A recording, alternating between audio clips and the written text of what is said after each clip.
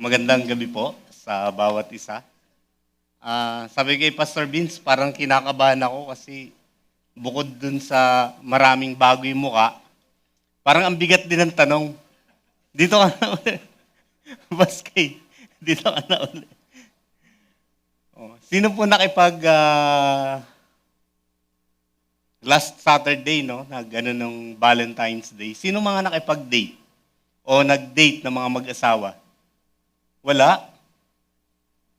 Pagka hindi daw kayo napag-date, ang tawag daw doon ay Thursday. T-E-A-R-S. Thursday. Kasi malungkot, kaya Thursday. Iyak na lang. Oh. Tapos kung single daw, ibig sabihin ng Valentine's Day, kung wala ka pa ring partner, ang tawag doon daw ay Singles Consciousness Day. Kasi wala ka pa rin partner.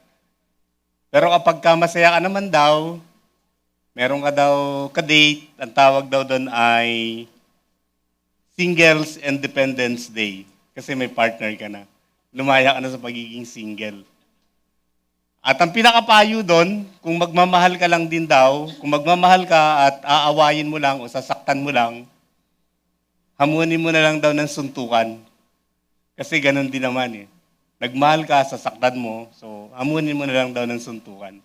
Kaya kung magmamahal kayo, please, huwag niyo pong sasaktan. At sakto po yan sa ating topic ko ngayon.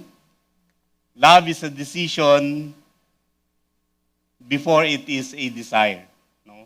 Ang pagmamahal daw ay isang desisyon bago ito maging pagnanais o pagnanasa. So, ito po yung ating topic ngayong gabi, Redefining Love Series. Ang pinaka-tema po niyan is, You choose love before you feel it. At yung ating point number 1 is, Love begins with decision, not a feeling. Naramdaman niyo ba yon? While romantic attraction often starts with fleeting emotions like parang nakita kayo ng mga butterflies, no? Parang na-excite kayo. Sustainable and long-term love is deliberate choice, commitment, and action. So pagka nagmahal kayo, ibig sabihin nagdesisyon kayo. To love somebody is not just a strong feeling. It is a decision, it is a judgment, and it is a promise. So, don't break your promise. Sabi dito, love o desire is emotional, decision is intentional. So, kapag may pagnanasa ka, ibig sabihin yung emotion mo tumataas. Pero yung decision mo, intentional yon na dapat mong panindigan, whatever happens. Feelings comes later, commitment comes first. No? So nagko-commit kayong dalawa sa isa't isa. Because desire is rooted in emotions, feelings, and impulses, it acts as the subjective drive or want. In contrast, a decision is an intentional, conscious, and often rational commitment to act. Pinag-uusapan natin yung relationship talk kasi makita natin yung purpose ng ating pagninegosyo, no? Para din sa ating pamilya. So, maganda din na pinapatibay nyo, pinapalago yung negosyo, pinatitibay din natin ang ating relasyon. And then, that is the decision. Yung ating pag-ibig, ito yung ating pinakamahalagang desisyon na binitawan sa buhay. Commitment act as the foundation that allows deeper, more mature feelings to develop later in the relationship. Okay, so commitment. Sabi dito, love that waits for desire will never be stable. Kapag hinihintay mo, no, parang negosyo din, sabi kanina ni Boss K, meron kang hawak na 10K, nag-iintay ka pa ng, Lord, gusto ko mag-desisyon, dagdagan mo pa itong pera ko. No? Hindi ka makakapag-negosyo pag ganun. Kailangan maging responsible ka na kung paano mo palalaguin yung pera na yon.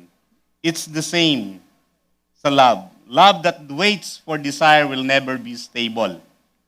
Love that starts with decision can grow strong.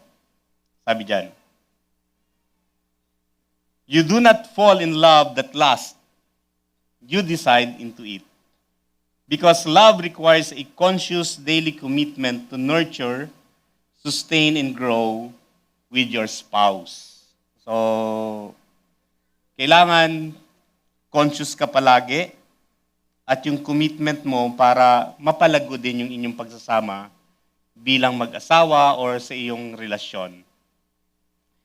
Sabi sa Joshua, 24:15, but as for me and my household, we will serve the Lord. Ito yung pagkakataon na yung nung papasok na sila doon, nakapasok na sila sa promised land na pinamumunuan ni Joshua at matandang-matanda na si Joshua, wala siyang piniling leader na hahalili sa kanya. Pero binigyan niya ng parang pinangako niya yung Israel na mag-commit. At pinapili niya kung kanino ba maglilingkod yung bansang Israel. Kung sa mga Diyos-Diyosan na nakilala nila doon sa Egypt, o sa Diyos na tumulong sa kanila na maglabas mula sa Egypt. Sabi ni Joshua, but as for me and my household, we will serve the Lord. Napakahalaga nito mga minamahal. Paglilingkod sa Diyos is not about religion. It's about your relationship with God. Sa ayaw man at sa gusto natin, darating ang panahon na harap tayo sa Kanya at magsusulit tayo sa Kanya. Katulad nung illustration kanina doon sa talents. Darating ang panahon na magsusulit tayo sa Kanya kung ano yung ginawa natin doon sa mga pinagkatiwala niya sa atin. Kaya sabi ni Joshua, but as for me and my household, we will serve the Lord. Ganon din sa Colossians 3:14. Sabi diyan, and over all these virtues, put on love, which binds them all together in perfect unity. Napakahalaga sa atin na maunawaan natin kung ano yung pag-ibig na ating ipinapakita at yung pag-ibig din na gusto nating, na ina-expect natin. First of all sa atin, ano ba yung ating pag-ibig? Minamahal mo lang ba siya sa panahon na parang yung emotion mo mataas, nararamdaman mo, or kahit anong sitwasyon, minamahal mo siya? Sabi nga sa ating relationship example, sa simula ng relasyon, may kilig. Pero sa paglipas ng panahon, may mga araw na wala na. Naalala ko may nagbebenta sa amin noon ng mga organic na product. Sabi niya, pag wala na yung kilig at yung kapag umiihi ka na lang, doon ka na lang kinikilig, magandang gamitin tong product na to. Hindi ko makalimutan yun. Oo. Sabi niya, pagka wala ng kilig daw, pagka yung pag-ihi, pag umiihi ka na lang, doon mo na lang nararamdaman yung kilig, magandang gamitin daw yung product na yun. So, sa simula ng relasyon, may kilig, pero sa paglipas ng panahon, may mga araw na wala na. Kung desire ang basihan, wala ka ng gana. Wala na akong gana. Pero dahil may decision, love, pinili mong manatili. Pinipili mong magmahal kahit walang kilig. No? Pinipili mong alagaan ang relasyon. Dahil ang tunay na pag-ibig ay hindi nagsisimula sa pakiramdam, kundi sa iyong pasya. No? Sa iyong pagpasya, sa iyong pagdidesisyon. Deciding into love means choosing to stand by a partner through challenges, adapting to changes and prioritizing the relationship over temporary emotions. So, napakahalaga po nun. Point number 2. Okay lang, no? Mabilis konti. Pero okay lang naman. Nasusundan niyo po ba? Okay lang po. Pagka hindi niyo po masundan, sabi mo, Pastor, cut. Cut. Dahan-dahan lang, no? Ganun. Desire follows direction, not the other way around. Ibig sabihin yan, may mga naniniwala na we need to feel motivated first to start something. No? Minsan paggising nyo sa umaga, sasabihin nyo, ano ba makakapag-motivate sa akin sa araw na to? Minsan pipilitin mo pa yung partner mo, yung asawa mo na, motivate me. No? Kwelyohan mo na ganun. Motivate me. No? Pero on the other way around, mas mainam that we must start moving first and then the enthusiasm or passion for the task will develop as we progress. Ibig sabihin, you step muna. Mag-move ka muna. You step into it muna. So, parang business din, di ba? Kung ihintayin mo munang ma-motivate ka bago ka mag-business, parang hindi mangyayari. Lalo, parang makakwenta mo lagi mga negative. Iniisip mo mag-fail. So, hindi ka na makakapag-business. Pero kung mag-business ka muna, pumasok ka na, and then mamomotivate ka. No?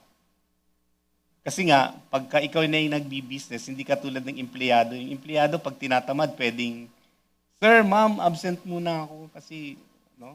Ang daming dahilan na ginawa niya na sa isipan. Pero pag ikaw na yung nagbi-business, kahit medyo masama pakiramdam mo, itutuloy mo. Papasok ka. Kasi iniisip mo yung mga customer mo na umaasa sa'yo. It's the same din sa iyong damdamin, sa inyong relasyon. Desire follow direction, not the other way around. Desire is shaped by where you lead your heart. Yung nauhubog yung desire mo, yung pagnanais mo, kung saan mo idinadirect, no? Pinangungunahan yung puso mo. Sabi nga ng Biblia sa Matthew, kung nasaan ang iyong kayamanan, nandun ang iyong puso. Kung ano yung ginagawa mo palagi, nandun yung puso. So you do not wait for desire to appear. You train desire by repeated decision. Ibig sabihin, pag palagi mo nang ginagawa, you transform it, your effort into habit. Natatransform mo na yung effort mo, nagiging habit mo na yon. And your habit transform to character.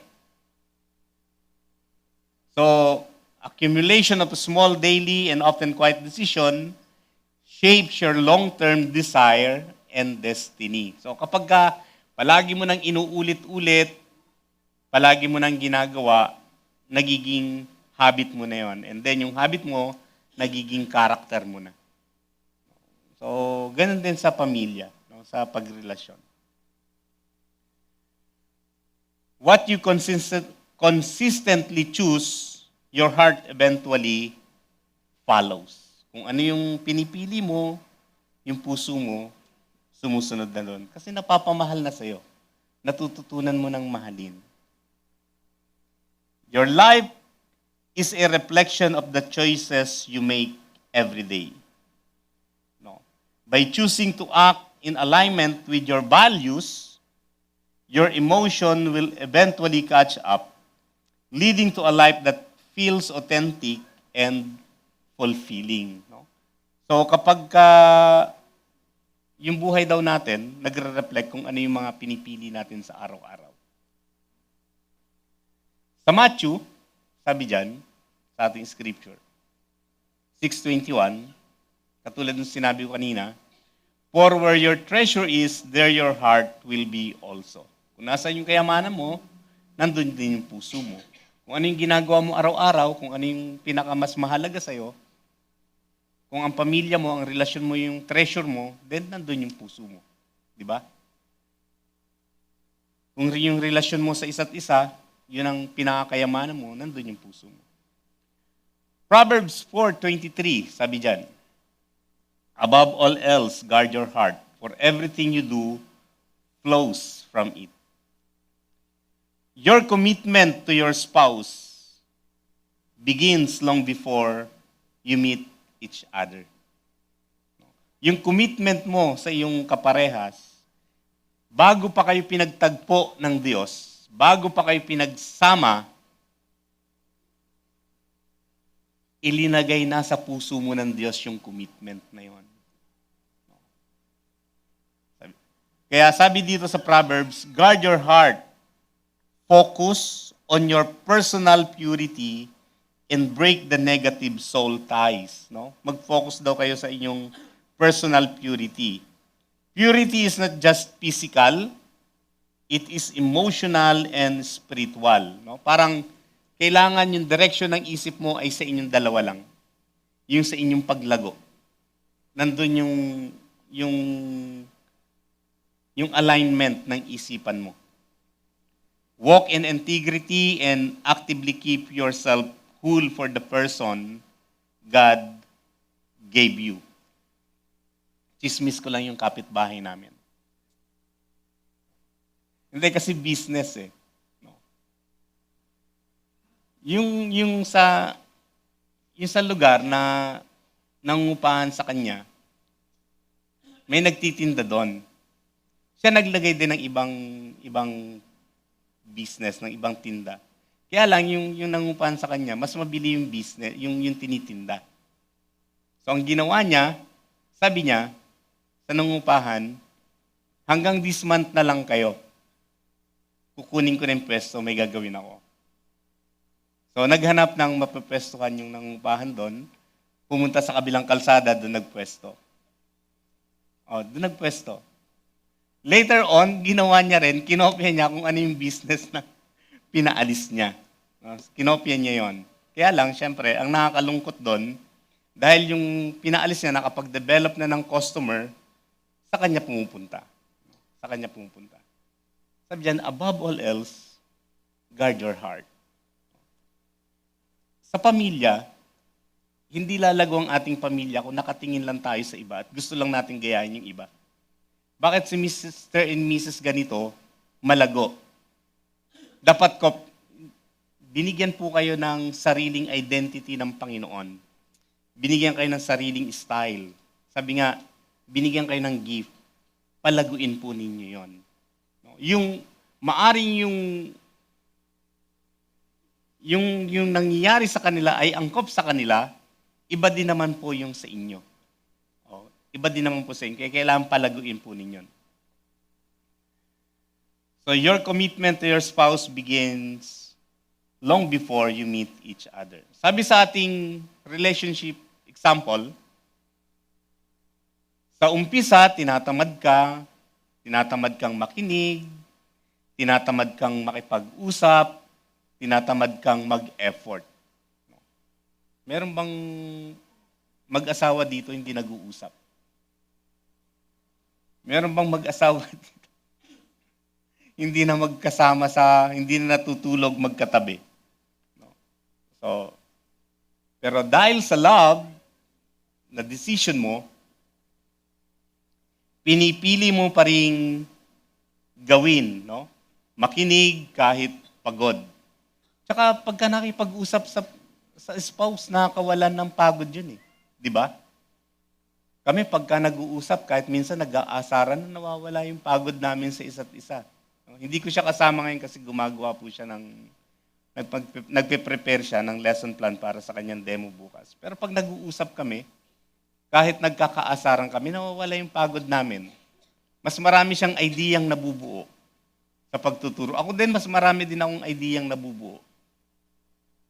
Nagiging behave din ako ng mas maayos pag nag-uusap kami. So, Makikinig ka kahit pagod, makikipag-usap ka kahit may tampo, mag-effort ka kahit walang gana. Sa pagdaan ng panahon, bumabalik ang lambing dahil ang desire ay bunga ng inyong magandang direksyon kung saan patungo ang inyong relasyon. Okay? So, wag kayong mapagod makipag-usap sa inyong asawa. No? Ako yung pinaka number one critic ko yung aking may bahay. So, mamaya pag uwi ko, walang magkikritik sa akin. Medyo payapa. No? Medyo payapa. Oo. Kaya lang, pagka nanonood siya ngayon ng live, ihahanda ko lang yung sarili ko doon. So, pampawala lang po yun ng antok para hindi kayo antokin. Point number 3, feelings respond to action, not intention. While intentions defines person's motivation, the actual behavior determines the emotional response of others.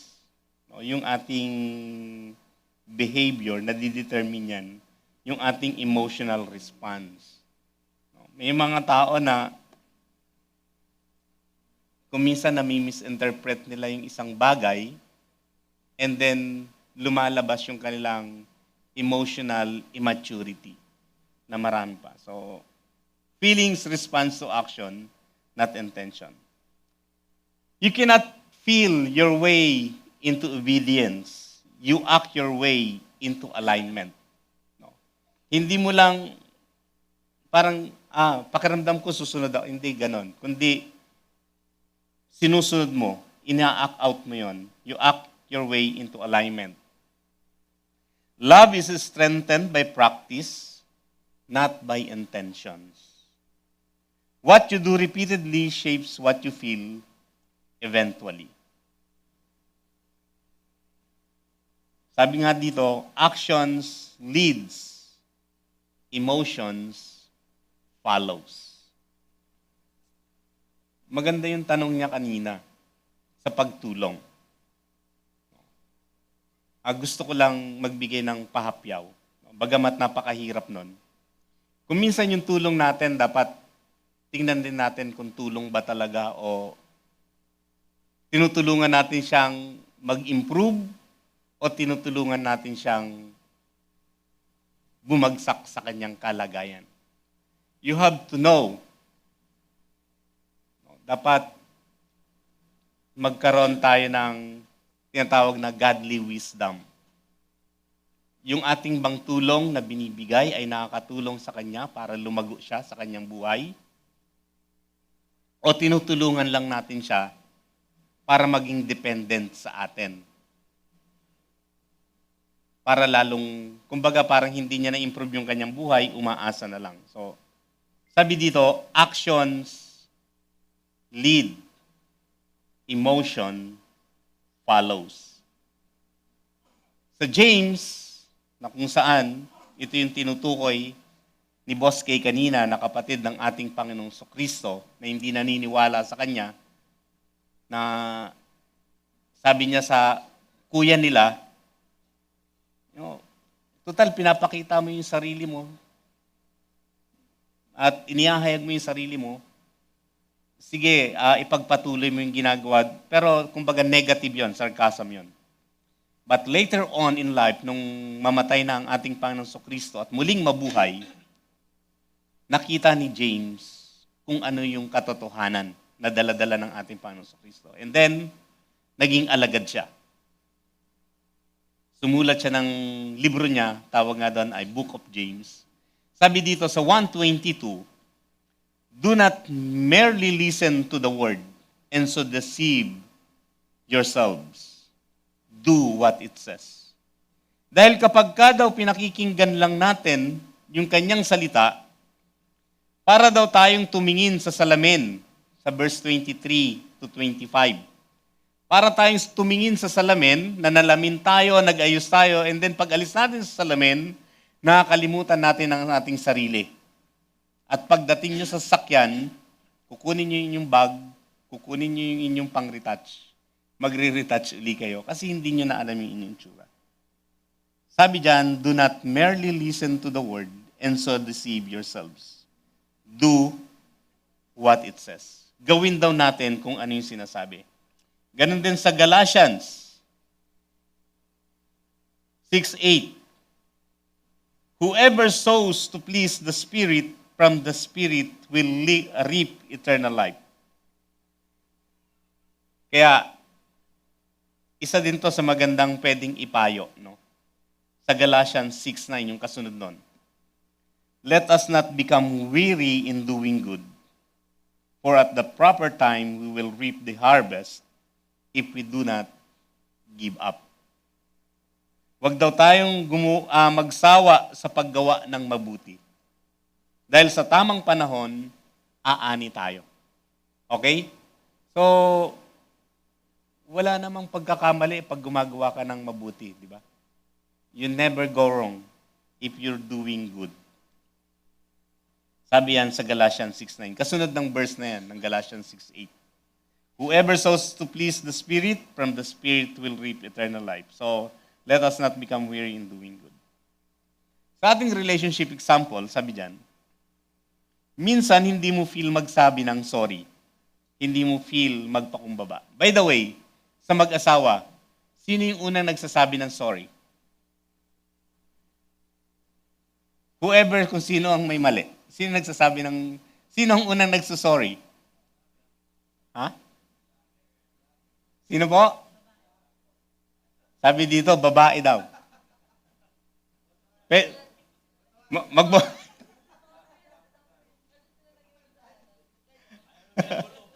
Ano po?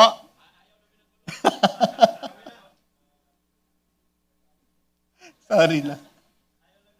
Mga girls, sorry din po kayo. Kasi sila na talaga yung nauuna. So, sabi dyan, minsan hindi mo feel magsabi ng sorry. No? Salamat po sa inyong participation. Hindi mo feel magsabi ng sorry, hindi mo feel magpakumbaba, pero pinili mong gawin pa rin. At pagkatapos,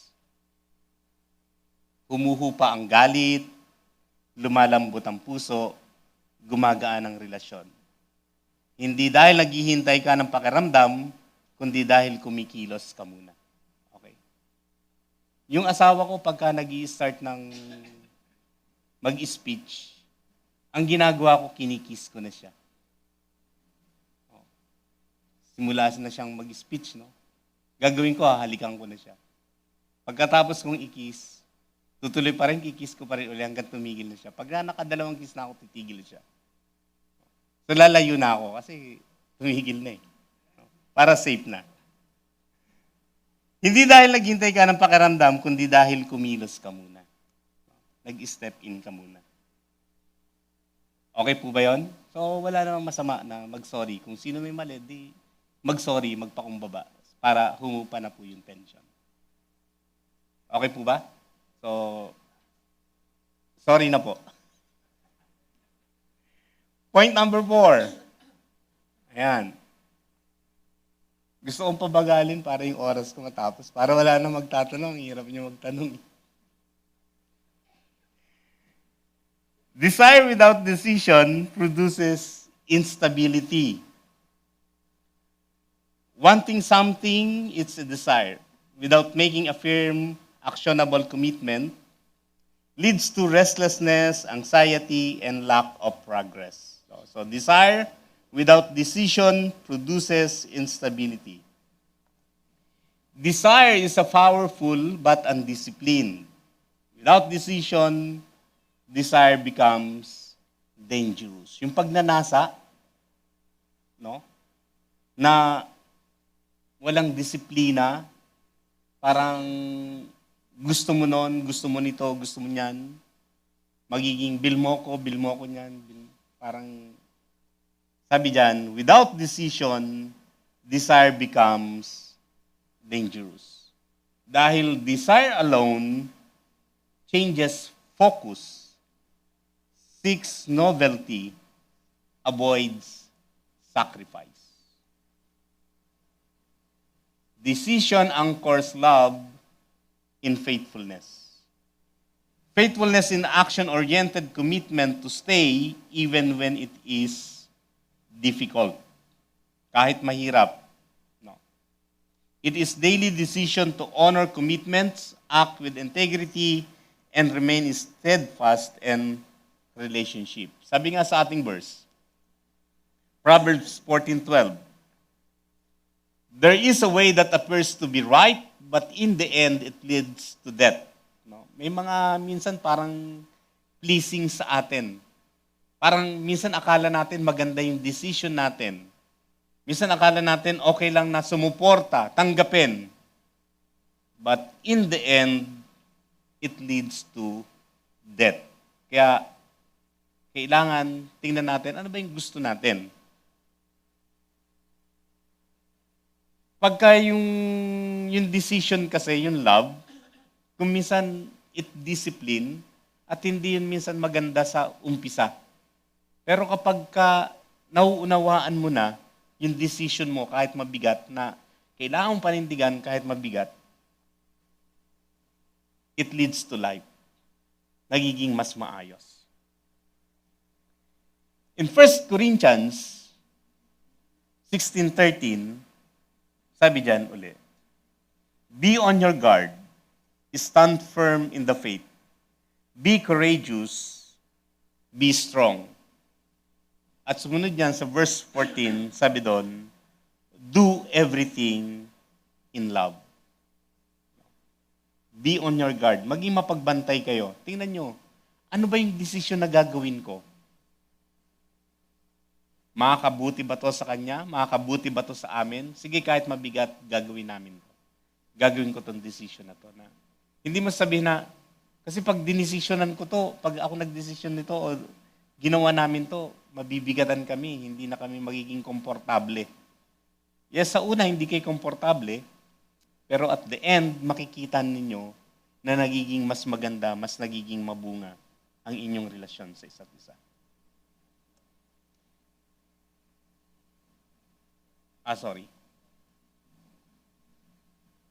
Relationship example, may dumating na tukso, may ibang nagbigay ng attention. Kung desire masusunod, mas masaya ako dito. Parang enjoyable. Pero dahil may decision ka, your commitment, pinili mong manatiling tapat. Pinili mong umiwas.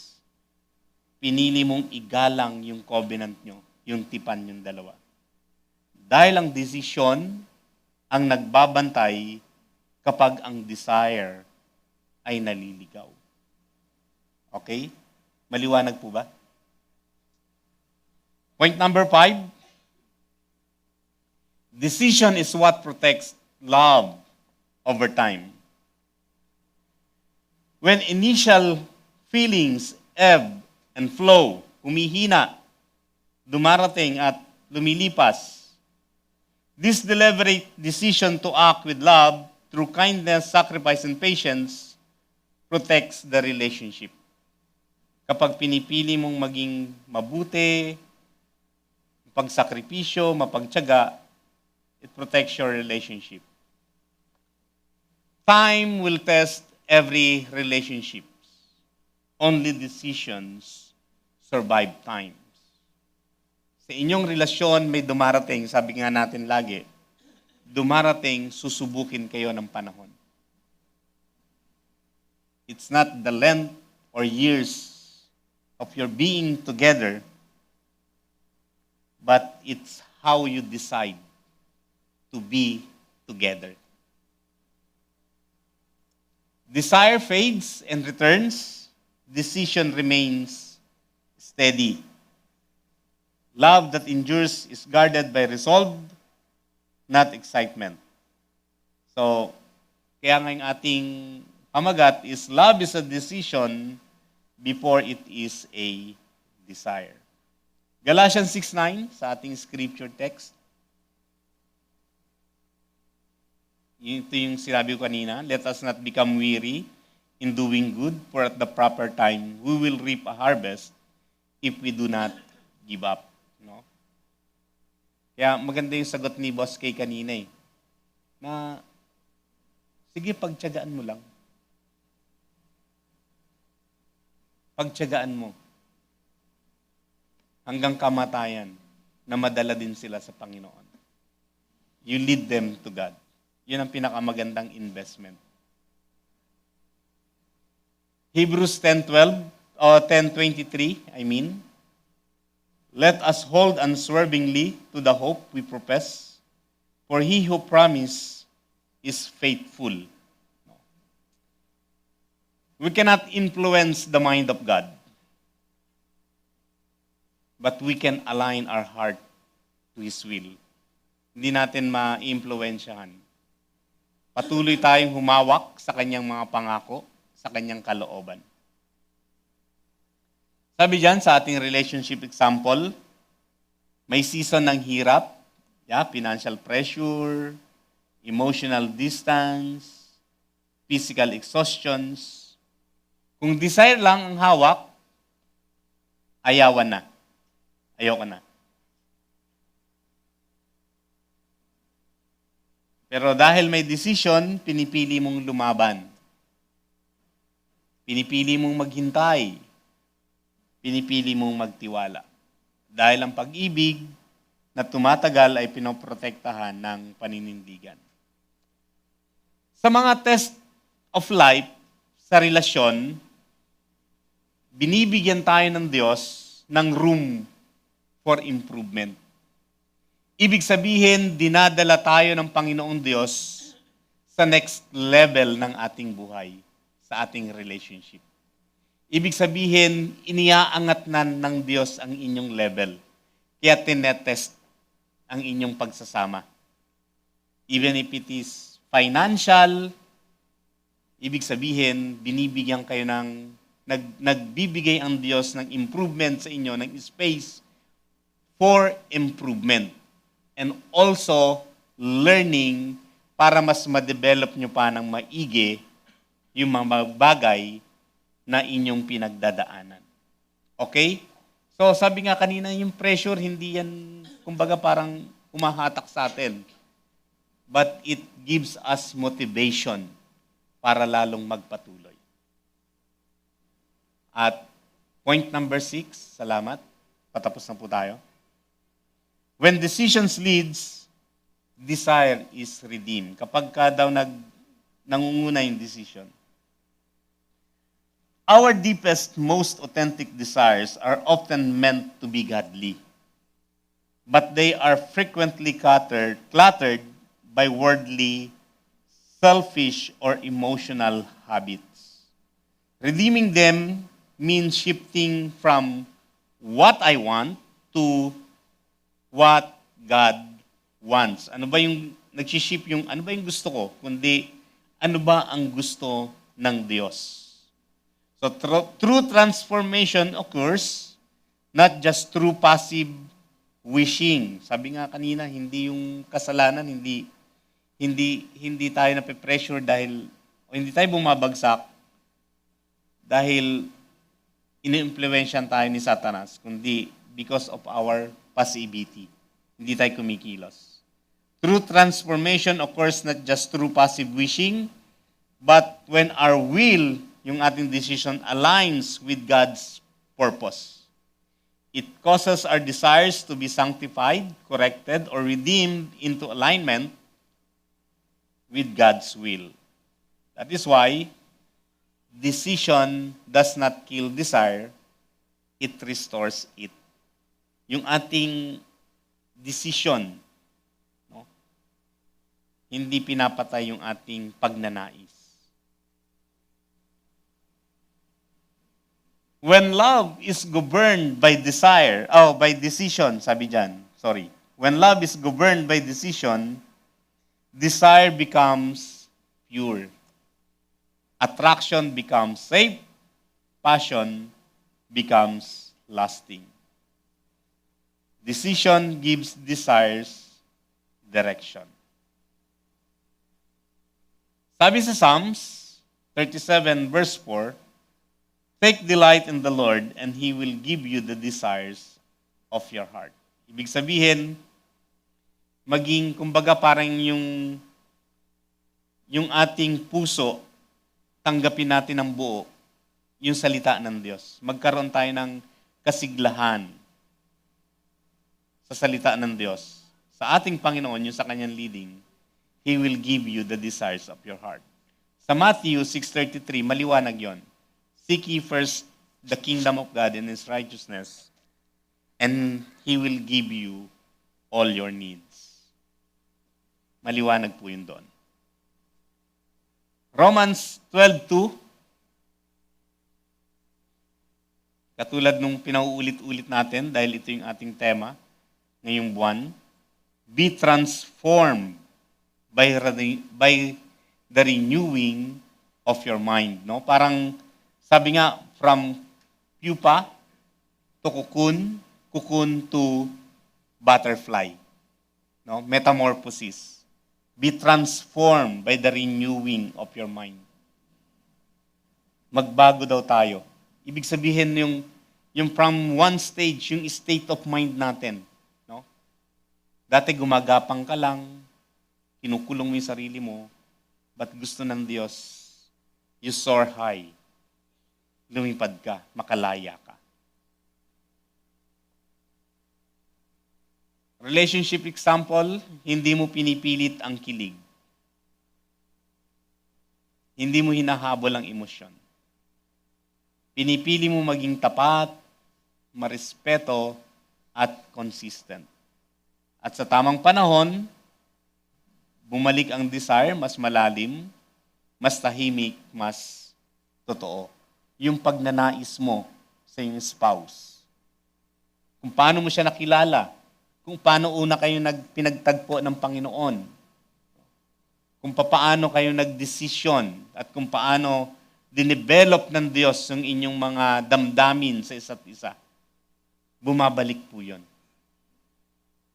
At mas malalim, mas nakikita nyo yung kahalagahan sa isa't isa.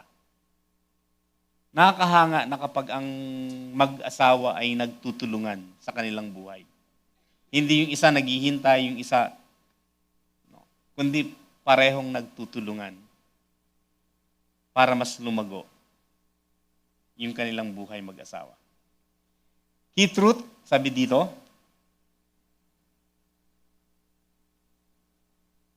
matapos bilinan ni Moses yung mga taga-Israel dahil pupunta na sila sa Promised Land at siya ay mamamatay na, sabi ni Moses, now choose life so that you and your children may live.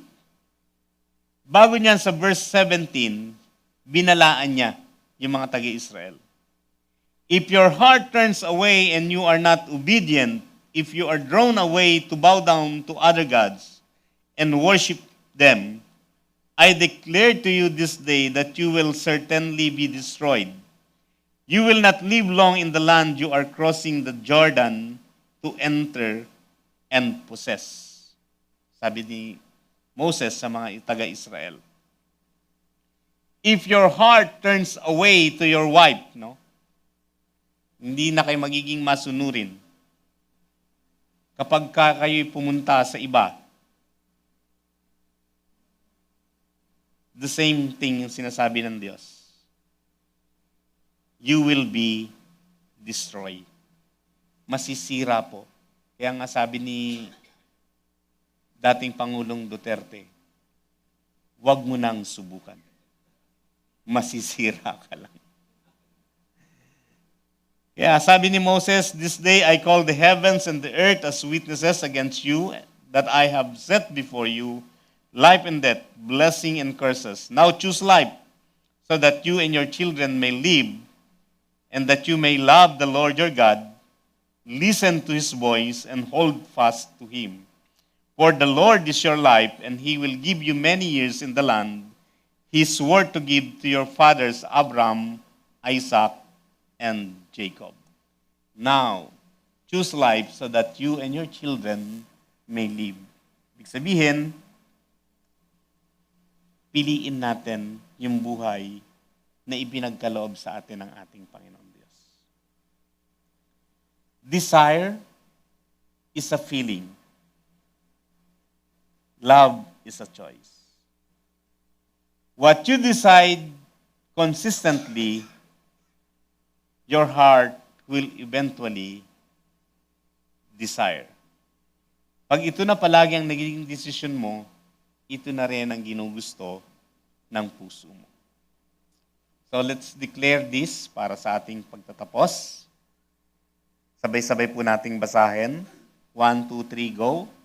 I declare that love begins with decision, not desire. I choose faithfulness before feelings and commitment before convenience. I will act in love even when I do not feel it. My decisions will lead my heart and my love will endure. In Jesus' name, amen. And thank you and God bless all of you.